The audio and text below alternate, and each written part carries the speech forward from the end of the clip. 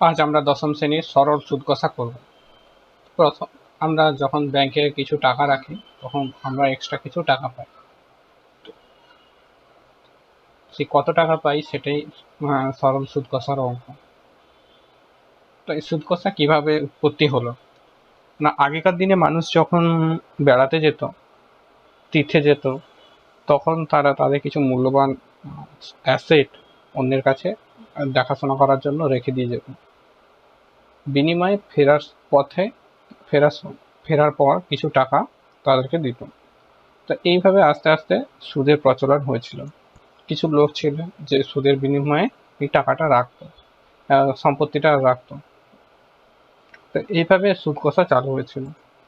এবার সুদ কষার মেন কম্পোনেন্টগুলো হলো, প্রথম কম্পোনেন্ট হচ্ছে আসল বা মূলধন, মানে যত টাকা আমি ব্যাংকে জমা রাখি। তারপর হলো সময়, মানে কত সময়ের জন্য আমি রাখছি। তারপর হলো সুদ, মানে কত টাকা আমি এক্সট্রা পেলাম, ব্যাংকে রাখার বদলে কত টাকা আমি এক্সট্রা পেলাম। তারপরে আমরা নির্ণয় করব সুদের হার, মানে কি পার্সেন্টেজে ব্যাংক আমাকে টাকা দিচ্ছে, এটাকে বলে রেট অফ ইন্টারেস্ট, সুদের হার। সুদের হার নির্ণয়, সুদ কষা অঙ্ক করার জন্য খুব একটি সহজ সরল সূত্র আছে। সেটা হলো, আমরা আসল মানে আমরা জানি প্রিন্সিপাল, তাকে আমরা পি দিয়ে ডিনোট করি। সুদের হার মানে রেট অফ ইন্টারেস্ট, তাকে আমরা আর দিয়ে ডিনোট করি। সময় মানে টি, মানে টাইম, তাকে আমরা টি দিয়ে ডিনোট করি। সুদ মানে ইন্টারেস্ট মানে আই। কারণ আমরা জানি সুদ সমান আসল ইন্টু সুদের হার ইন্টু সময় বাই 100। তাহলে আমরা বলতে পারি I equals to P into R into T by 100।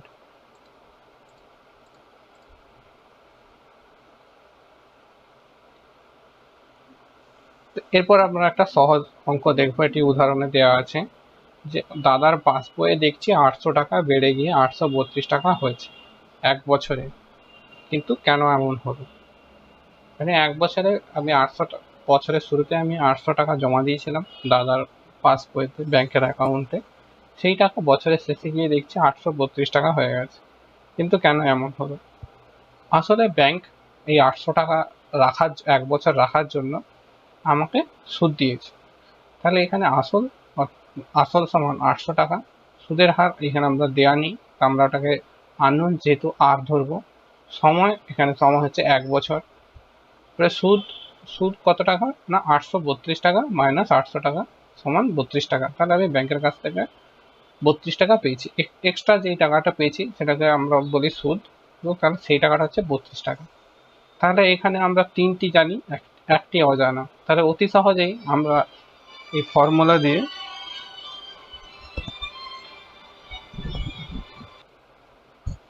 তাহলে আমরা জানি I equals to P into R into T by 100। তার মানে কি?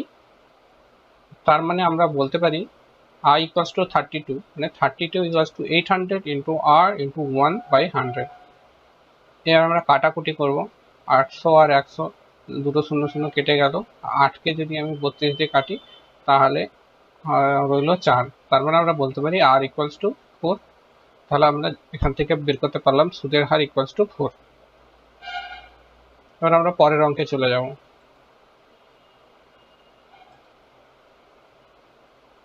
পরের অঙ্কটি হলো 2005 সালের 1 জানুয়ারি থেকে 27 মে পর্যন্ত বার্ষিক 6% সরল সুদের হারে 2000 টাকার সুদ কত হবে নির্ণয় করি। এইখানে কি কি দেয়া আছে, সময় আমরা অঙ্কটা 2-3 বার ভালো করে পড়ে নেব, যাতে আমরা অঙ্ক থেকে কি কি বলতে চেয়েছে সেগুলো আমরা বের করে নিতে পারি। এখানে সময় বলে দেয়া আছে, সুদের হার বলে দেয়া আছে, আসল বলে দেয়া আছে, আমাকে সুদ বের করতে হবে। তাহলে প্রথম যেটা সময় বলে দেয়া আছে, সময়টা আমরা সুদের হার সবসময় বার্ষিক হয়, তাহলে আমরা এই সময়টাকে এখানে যেহেতু পুরো বছর নয়, তাহলে আমাকে সময়টাকে বের করে ওকে ইয়ারে কনভার্ট করতে হবে। আমরা জানি জানুয়ারি মাসে 31 ডেজ আছে, তাহলে আমরা দিলাম 31। ফেব্রুয়ারি মাসে আছে 28 ডেজ, যেহেতু এটা লিপ ইয়ার নয়, লিপ ইয়ার হলে এটা আমার 29 লিখতে হতো। মার্চে আছে 31 ডেজ, এপ্রিলে আছে 30 ডেজ, মে মাসে 27 পর্যন্ত আমাকে ক্যালকুলেট করতে হবে। তাহলে আমি 1 জানুয়ারি থেকে যদি 27 মে হয়, আইদার আমাকে জানুয়ারি থেকে একদিন আমাকে মে মাস থেকে একদিন বাদ দিতে হবে ঠিকঠাক সময়টা বের করার জন্য। তাহলে আমি মে মাস থেকে একদিন বাদ দিচ্ছি, তাহলে 26 দিন। তাহলে টোটাল হলো 146। এটাকে আমরা ইয়ারে কনভার্ট করব। তাহলে আমরা এখানে দেখতে পাচ্ছি P equals to 2000, R equals to 6%, T equals to সময় আমরা আগে দিন বের করেছি, আমি ইয়ার বের করবো 146/365। তারপর তাহলে আমরা জানি I equals to P into R into T by 100। তার মানে এখানে আমি পি এর মান বসাবো। পি এর মান 2000 বসিয়ে দিলাম, আর এর মান 6 বসিয়ে দিলাম, টি এর মান 146/365 বসিয়ে দিলাম বাই 100। এইবার আমরা কাটাকুটি করব। আমরা এখানে কিভাবে কাটাকুটি করেছি না, কালার ম্যাচ করে কাটাকুটিটা দেখানো আছে। প্রথমে 2000-এ দুটো শূন্য কেটে দিলাম, আর 100-র দুটো শূন্য কেটে দিলাম। তাহলে উপরে হয়ে গেল 20 আর নিচে হয়ে গেল 1। এবার আমি আবার কাটাকুটি করব। কিভাবে করব? এই নীলটাকে আমরা যদি দেখি, ব্লুটাকে 5 দিয়ে আমরা যদি কাটাকুটি করি, 20-কে 5 দিয়ে কাটাকুটি করলে 4 পাবো, আর 365-কে 73 পাবো। আবার 73-কে যদি 146 দিয়ে কাটাকুটি করি তাহলে আমি পাবো 2। তাহলে এখানে রয়ে গেল 4 ইন্টু 6 ইন্টু 2। তাহলে আই ইকুয়ালস টু 48। তাহলে এটাই হলো আমার সুদ। এইভাবে এই অঙ্কটা আমরা সলভ করলাম। এবার আমরা পরের অঙ্কে চলে যাব। পরের অঙ্ক হলো মান্নান মিয়া কিছু টাকা ধার করার পর 6 বছর পর দেখলেন দেয় সরল সুদের পরিমাণ আসলে 3/8 অংশ হয়ে গেছে। বার্ষিক শতকরা সরল সুদের হার কত ছিল? আমি আরেকবার অঙ্কটা পড়ব। মান্নান মিয়া কিছু টাকা ধার করার পর 6 বছর পরে দেখলেন দেয় সরল সুদের পরিমাণ আসলে 3/8 অংশ হয়ে গেছে। বার্ষিক সরল সুদের হার কত ছিল নির্ণয় করো। তাহলে এই অঙ্কটা আমরা কিভাবে করব? এই অঙ্কে অ্যাকচুয়ালি আসল দেয়া নেই, তাহলে আমি ধরে নিই আসল ইকুয়ালস টু এক্স। বার্ষিক সরল শতকরা সুদের হার কত ছিল সেটাও নির্ণয় করতে হবে। তাহলে সেটাকে আমি ধরে নিচ্ছি আর ইকুয়ালস টু y%, সেটাও আমার জানা নেই। টি সময় সময় দেওয়া আছে, সময় হলো 6 বছর, তাহলে সময় 6 বছর হয়ে গেল। এরপর আমরা আই সরল সুদের পরিমাণ এখানে দেওয়া আছে। সরল সুদের পরিমাণ কত না, আসলে 3/8 অংশ। আসল আমি ধরেছি এক্স, তাই এখানে I equals two 3/8 into x. এইখানে যেহেতু সুদের পরিমাণটা আসলে 3/8 অংশ, তাই আমি আসলকে এখানে এক্স ধরলাম, যাতে আমি আইটা সহজেই নির্ণয় করতে পারি। তাহলে I equals to P into R into T by 100। তাহলে মানগুলো আমরা রিপ্লেস করব। 3/8 X equals to X into Y into 6/100। এবার আমরা কাটাকুটি করব। প্রথমেই কাটাকুটি করব, এক্স এক্স কেটে গেল, 3 আর 6 কেটে গেল, রইল 2। 2 আর 100 কেটে গেল, রইল 50। 50 আর 8 কাটাকুটি করব, 8-এর বদলে রইল 4, 50-এর বদলে রইল 25। তাহলে এখানে কি কি রয়ে গেল? ওপরে এই পাশে রয়ে গেল 4, লেফট হ্যান্ডে রয়ে গেল ডিনোমিটারে 4,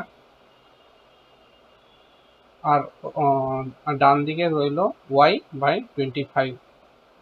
তার মানে আমরা বলতে পারি 4y ইকুয়ালস টু 25। তো y equals to 25/4 equals to 6। 6×1=4। তাহলে এটাই ধরেছিলাম আমি, আর মানে রেট অফ ইন্টারেস্ট। তাহলে এটাই হলো আমার রেট অফ ইন্টারেস্ট। আমরা পরের অঙ্কে চলে যাব। রেখা দিদি তার সঞ্চিত অর্থের 10,000 টাকা দুটি আলাদা ব্যাংকে ভাগ করে একই সময়ে জমা দিলেন। একটি ব্যাংকের বার্ষিক সরল সুদের হার 6%, অন্য ব্যাংকটির বার্ষিক সরল সুদের হার 7%। 2 বছর পর তিনি যদি সুদ পাওয়া 1280 টাকা পান, তাহলে তিনি কোন ব্যাংকে কত টাকা জমা দিয়েছিলেন? অ্যাজ ইউজুয়াল এই অঙ্কটা আমরা 2-3 বার করব, তারপরে আমরা বোঝার চেষ্টা করব কিভাবে এটাকে আমরা সলভ করতে পারি। তাহলে এখানে যেটা দেওয়া আছে, সরল সুদের হার দেওয়া আছে 6%, সুদের 6% একটি ব্যাংকে, অন্য ব্যাংকে 7%। টাকা জমা রেখেছিলেন 2 বছরের জন্য, তিনি সুদ পাবার দুটি ব্যাংক থেকে পান 1280 টাকা। আর আমার কাছে আরেকটা ইনফরমেশন আছে, যেটা হলো দুটো ব্যাংকের মিলিত টাকার পরিমাণ 10,000। তাহলে এইখানে আমরা যেটা জানি না, কোন ব্যাংকে কত টাকা রেখেছিলেন সেটা আমরা জানি না, সেটা আমাদেরকে নির্ণয় করতে হবে। কিন্তু আমরা এটা জানি যে দুটো ব্যাংকের মোট টাকার পরিমাণ 10,000।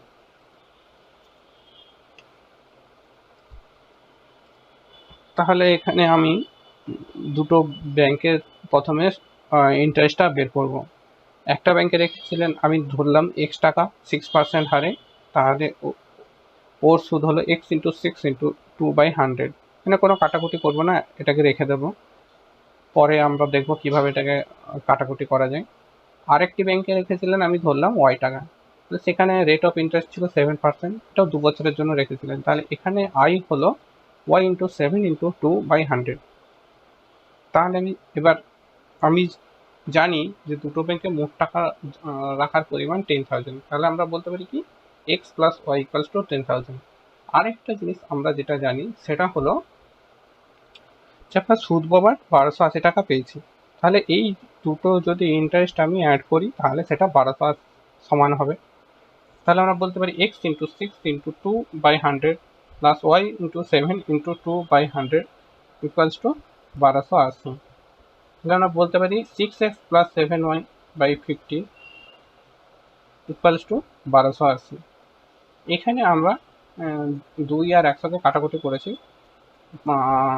100কে কাটলে 50 হয়, এভাবে আমরা কাটাকুটি করেছি। তাহলে আমরা দুটো সমীকরণ পেয়েছি। এবার দুটো সমীকরণকে আমরা যদি সমাধান করি তাহলে আমরা এখানে এক্স আর ওয়াই নির্ণয় করতে পারবো। একটা সমীকরণ হলো X plus Y equals to 10,000, আরেকটা সমীকরণ হলো 6x plus 7y/50 equals to 1280। তাহলে আমরা বলতে পারি সেকেন্ড সমীকরণটা 6x plus 7y equals to 1280 into 50। এবার সরল করার জন্য ফার্স্ট সমীকরণকে 6 দিয়ে গুণ করবো। 6x plus 6y equals to 60,000। তাহলে কত হবে না, y equals to 64,000 minus 60,000, that is equals to 4,000। তাহলে x ইকুয়ালস টু কত, আমরা জানি টোটাল তিনি রেখেছিলেন 10,000, 10,000 মাইনাস 4,000 ইকুয়ালস টু 6,000। তাহলে তিনি একটি ব্যাংকে রেখেছিলেন 6,000 আর একটি ব্যাংকে রেখেছিলেন 4,000। এটাই হলো উত্তর। এরপর আমরা পরের অঙ্কে চলে যাব। কোনো ব্যাংক বার্ষিক 5% সরল সুদ দেন, ওই ব্যাংকে দীপু বাবু বছরের প্রথমে 15,000 টাকা জমা দেওয়ার 3 মাস পরে 3,000 টাকা তুলে নিলেন, এবং টাকা তুলে নেওয়ার 3 মাস পরে আবার তিনি 8,000 টাকা জমা দিলেন। ওই বছরের শেষে দীপু বাবু সুদে আসলে কত টাকা পাবে নির্ণয় করো। এই অঙ্কটা একটুখানি কঠিন আছে, একটু ঘোরানো আছে। তাহলে এইখানে প্রথমে যেটা আমরা পাচ্ছি যে রেট অফ ইন্টারেস্ট সেটা 5%, সেটা ফিক্সড। তাহলে প্রথমে আমরা যেটা পেলাম সেটা 5% পেয়ে গেলাম। তাহলে এবার আমি দেখছি ওই ব্যাংকে দীপুবাবু বছরের প্রথমে 15,000 টাকা জমা দিয়েছিলেন। তাহলে এখানে আমরা আসল কত টাকা আছে সেটাও পেয়ে গেলাম, 15,000 টাকা। তাহলে p equals to 15,000, r equals to 5%, এটাও পেয়ে গেলাম। এখানে কত দিনের জন্য রেখেছিলেন তিনি, 3 মাস।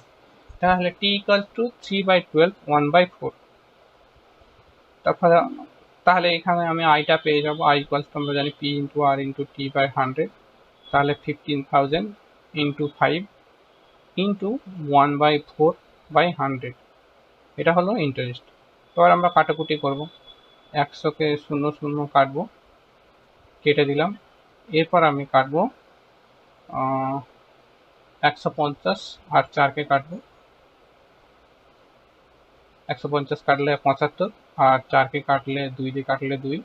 তাহলে এখানে রয়ে গেল 75 ইন্টু 5/2, 187.5। তাহলে এই 3 মাসের জন্য তিনি কত টাকা সুদ পেলেন, 187.5। এইবার আমি এই ফার্স্ট পার্টটা আমার হয়ে গেল, 3 মাস পরের পার্টটা হয়ে গেল। এরপর আবার কি করেছেন উনি, আবার ও 3 মাস পরে 3,000 টাকা তুলে নিয়েছেন উনি। তাহলে আমার অ্যাকচুয়াল টাকা ছিল, সুদ আসল কিন্তু চেঞ্জ হয় না, আসল যেটা ছিল আসল আমার সেটাই আছে। আসল 3 মাস পরেও আমার 15,000 টাকাই আছে। তাহলে এবার ওই 15,000 থেকে 3,000 যদি উনি তুলে নেন, তাহলে পি ইকুয়ালস টু পাবো 12,000 টাকা। আর ইকুয়ালস টু রেট একই আছে 5%। টি ইকুয়ালস টু আবার উনি 3 মাসের জন্য রেখেছেন, তাহলে 3/12 ইকুয়ালস টু 1/4। তাহলে এই 3 মাসের জন্য উনি কত সুদ পেলেন সেটা আমি আবার একই ফর্মুলায় লিখে নেব। তাহলে আমি এখানে আই ইকুয়ালস টু পেলাম 150। এইবার উনি কি করেছেন, এই তাহলে এই পার্টটা হয়ে গেল, সেকেন্ড পার্ট হয়ে গেল। এর পরে সময় এর পরে আরেকটি পার্ট আছে, ওই পার্টে উনি কি করেছেন, উনি 8,000 টাকা জমা দিয়েছেন। তাহলে ওনার আসল হলো 12,000 টাকা ছিল, সেই 12,000 থেকে 8,000 আরো অ্যাড হয়েছে, তাহলে 20,000 হয়ে গেল। এখানেও রেটটা 5%। আর এখানে যেহেতু প্রথমে 3 মাস পরের 3 মাস, 6 মাস চলে গেছে, আর বছরের শেষে বলেছে, তাহলে আর 6 মাস আছে। তাহলে এখানে সময়টা 6/12 ইকুয়ালস টু 1/2। এটা যদি আমি সলভ করি তাহলে আমি পাবো 500 টাকা। তাহলে এইভাবে তিনি 3টে পার্টে সুদ পেয়েছেন। তাহলে এই টোটাল সুদের পরিমাণ আমি কি করে নির্ণয় করবো, আমি এই 3টে পার্টকে অ্যাড করে দেবো, প্লাস আমাকে আসলটা অ্যাড করে দিতে হবে। যদি তাহলে সুদে আসলে কত টাকা পাবো সেটা আমি পেয়ে যাব। তাহলে আমার এখানে প্রিন্সিপাল ছিল 20,000 টাকা, প্লাস ফার্স্ট পার্টে পেয়েছি 187.5 সুদ, তারপরে পেয়েছি 150, তারপরে পেয়েছি 500। তাহলে টোটালটা আমি যদি যোগ করি তাহলে 20,837.5 এই টাকাটা আমি পেলাম। এবার আমি পরের অঙ্কে চলে যাব।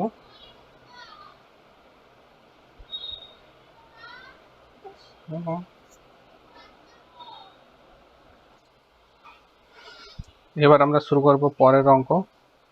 রহমত চাচা একটি বাড়ি তৈরি করার জন্য বার্ষিক 12% সরল সুদের হারে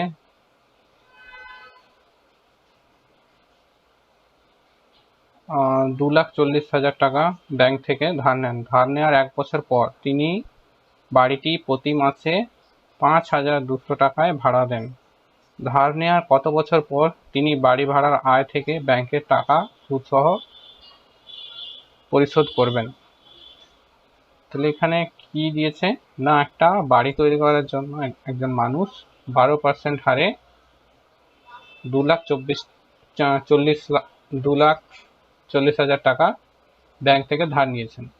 এবার ধার নেওয়ার পর তিনি বাড়িটা তৈরি করার পর 1 বছরের মধ্যে উনি তৈরি করে ফেলেছেন। তারপর তিনি প্রতি মাসে বাড়ি ভাড়া পাওয়ার 5,200 টাকায় বাড়ি ভাড়া দেন। তাহলে ধার নেওয়ার কত বছর পর তিনি বাড়ি ভাড়ার আয় থেকে ব্যাংকের টাকা সুদসহ পরিশোধ করবেন? তাহলে এখানে প্রিন্সিপাল ইকুয়ালস টু 2,40,000 টাকা, রেট অফ ইন্টারেস্ট কত না 12%, টাইম মনে করি তিনি x বছর পরে এই টাকাটা শোধ করতে পারবেন। তাহলে এখানে I ইকুয়ালস টু আমরা জানি P into R into T by 100। তাহলে আমরা প্রিন্সিপাল জানি, রেট অফ ইন্টারেস্ট জানি, টাইম জানি, আমরা এগুলো বসিয়ে দিলাম। এরপর আমরা কাটাকুটি করে নিলাম, কাটাকুটির পর তাহলে I ইকুয়ালস টু দাঁড়ালো 2,400 ইন্টু 12x। তাহলে ব্যাংকে আমাকে তাহলে কত টাকা শোধ করতে হবে? 2,40,000 প্লাস দিস ইন্টারেস্ট। সেটাকে আমরা সরল করে এইভাবে লিখলাম। তো বাড়ি 1 বছরের মধ্যে তৈরি হয়ে যাওয়ার পর 5,200 টাকা করে ভাড়া বাবদ আয় হচ্ছে। তাহলে 1 মাসে যদি 5,200 টাকা আয় হয়, তাহলে 12 মাসে কত আয় হবে?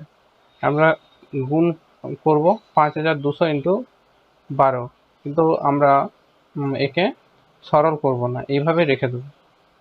তাহলে আমরা ধরেছি যে এক্স বছর ধার নেওয়ার এক্স বছর পর তিনি বাড়ি ভাড়ার আয় থেকে ব্যাংকের টাকা সুদ সহ শোধ করবেন।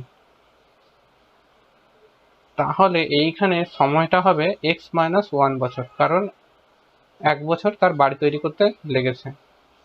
তাহলে বাকি বছরের টাকা দিয়ে তিনি ব্যাংকের টাকা সুদ সহ শোধ করবেন। তাহলে এক্স মাইনাস 1 বছরে বাড়ি ভাড়া বাবদ আয় কত হবে? 5200 ইন্টু 12 ইন্টু এক্স মাইনাস 1। তাহলে এই টাকাটা আমার লেফট হ্যান্ড সাইডের যে সুদ সহ টাকা হয়েছে সেটার সাথে সমান। তাহলে আমরা এখানে লিখব 5200 into 12 into x minus 1 equals to 2400 first bracket 100 plus 12x। এবার এটাকে সরল করব। লাল লাল দুটো জিরো আছে, 5200 থেকে দুটো শূন্য কেটে দিলাম, আর 2400 থেকে দুটো শূন্য কেটে দিলাম। আর 12কে 24 দিয়ে কেটে দিলাম, 2 হয়ে গেল। 2কে 52 দিয়ে কেটে দিলাম, 26 হয়ে গেল। তাহলে 26x মাইনাস 26। এখানে একটি বিষয় লক্ষ্য করার মতো যে আমরা কোনো গুণ সরল করিনি। তাতে কি সুবিধা হলো? আমরা কাটাকুটি করতে সুবিধা হলো এবং আমাদের ক্যালকুলেশনের টাইম বেঁচে গেল, ক্যালকুলেশনটা সহজ হলো। 26x minus 26 equals to 100 plus 12x। তাহলে এটাকে যদি আমরা সরল করি তাহলে আমরা পাচ্ছি x ইকুয়ালস টু 9। তাহলে 9 বছর পর শোধ করতে পারবেন। পরের অঙ্কে চলে যাব। রথিনবাবু তার 2 মেয়ের প্রত্যেকের জন্য ব্যাংকে এমনভাবে টাকা জমা রাখেন যাতে প্রত্যেক মেয়ের বয়স যখন 18 বছর হবে তখন প্রত্যেক মেয়ে 1,20,000 টাকা করে পাবেন। ব্যাংকের বার্ষিক সরল সুদের হার 10% এবং মেয়েদের বর্তমান বয়স যথাক্রমে 13 বছর এবং 8 বছর। তিনি প্রত্যেক মেয়ের জন্য ব্যাংকে কত টাকা জমা রেখেছিলেন হিসাব করে। অঙ্কটা আরেকবার করে নেব এবং এর থেকে জিসটা বের করে নেব। তাহলে টার্গেট ইয়ার কত না 18 বছর বয়স। 18 বছর বয়স যখন হবে তখন উনি টাকাটা তুলতে চাইছেন। আর কত করে টাকা পাবে? 1,20,000 করে। আর ব্যাংকের সুদের হার কত? 10%। আর মেয়েদের বর্তমান বয়স কত? একজনের 13 বছর, একজনের 8 বছর। তাহলে তিনি প্রত্যেক মেয়ের জন্য ব্যাংকে কত টাকা জমা রেখেছিলেন সেটা হিসাব করতে হবে। তো প্রথমে আমরা যেটা বের করব, 13 বছরের যে মেয়ে আছে তার জন্য কত টাকা রেখেছিলেন। মেয়ের এখন বয়স 13 বছর, তিনি 18 বছর পর 1,20,000 টাকা পেতে চাইছেন। তাহলে কিভাবে কত টাকা রাখতে হবে? তাহলে কত টাকা রাখতে হবে সেটা আমরা জানি না। তাহলে আমরা লিখব P equals to X. Principal আমরা জানি না, তাই লিখলাম X. Rate of interest 10%, time 18 minus 13 equals to 5। তাহলে আমরা বলতে পারি principal amount plus P into R into T by 100 equals to 1,20,000।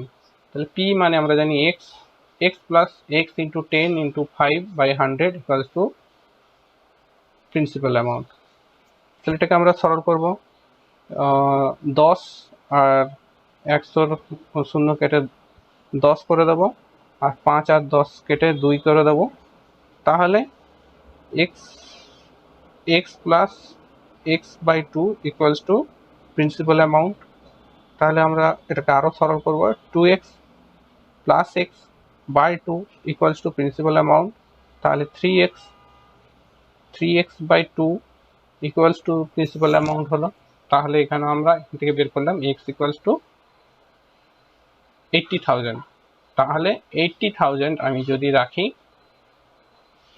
5 বছর পর সেটা 1,20,000 পাবো। সেম ওয়েতে আমরা নেক্সটটা বের করব। নেক্সটের জন্য আমরা প্রিন্সিপাল অ্যামাউন্ট জানি না, আমি ধরে নিলাম y, আর সেম 10% টি।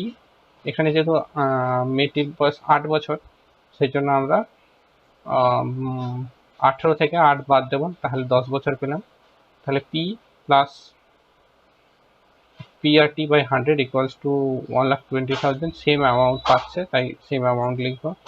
পি এর বদলে আমি ওয়াই বসিয়ে দেবো, y plus Y into 10 by 100 equals to principal amount.